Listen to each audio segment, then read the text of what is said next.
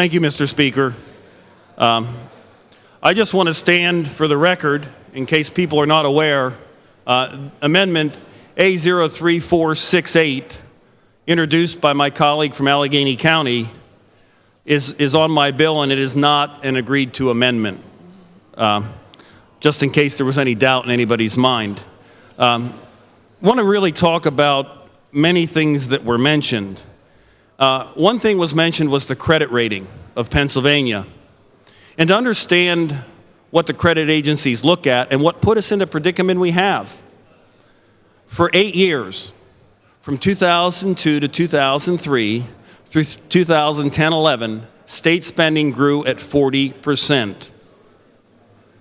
Revenue, or the economy, grew at 20%. There is a problem there. The reason we were able to do that is because the federal government sent money to the states and allowed that to continue through the recession after 2008. In comes 2010, and then we look at what happened is we don't have that revenue. So we have to, in Pennsylvania, balance a budget. It's not all about raising taxes, it's about looking at how we invest that money. What are we doing with the people's money? So the credit rating agencies, as long as we live within our means and address our issues, whether that's raising taxes, cutting spending, or a combination of both. But I hear people saying about what horrible shape the Commonwealth is in, and we need to fix these structural deficits. If that's the case, what I'm hearing is we're in such bad shape, we need to raise your taxes, but instead of paying our bills, we're going to give it to someone else. That's what I hear us saying. That just doesn't add up.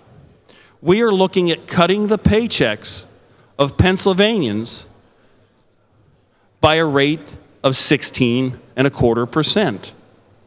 That's real money. We can trivialize it and say it's only $200. But for that person that is currently struggling to get by, that's a well-needed $200. That's some new clothes for a kid going to school. That's lunch money. That's extracurricular fees for a kid at school. That's real dollars. And to sit here and say it's not important because it's only $200, I think is disingenuous to the people that earned that money. So again, I just have concerns with that. It was also brought up that we haven't increased the personal income tax rate in 10 years. What we're forgetting is our income tax rate is a percentage of what somebody earns. Our sales tax rate is a percentage of items that are taxed. As the economy grows, the state gets more revenue. What anybody has been able to explain is why the state needs a larger increase in the revenue it collects than the people that are earning the money and paying the taxes.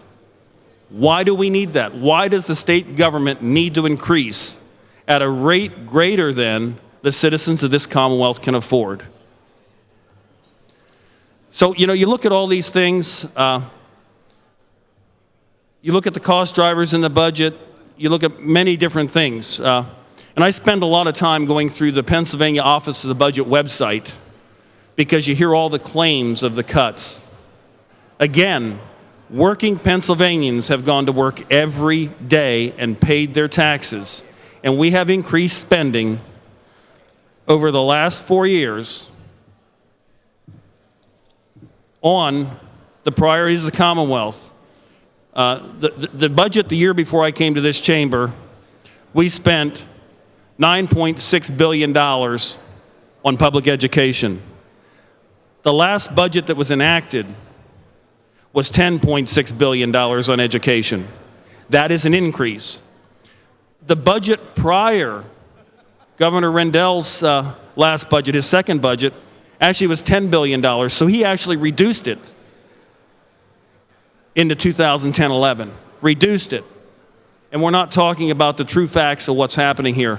I stand in opposition to this because I believe that it takes the money out of the hardworking Pennsylvanians' pockets. It cuts their paychecks so that we in Harrisburg, who think can spend the money better they can make the decisions for them.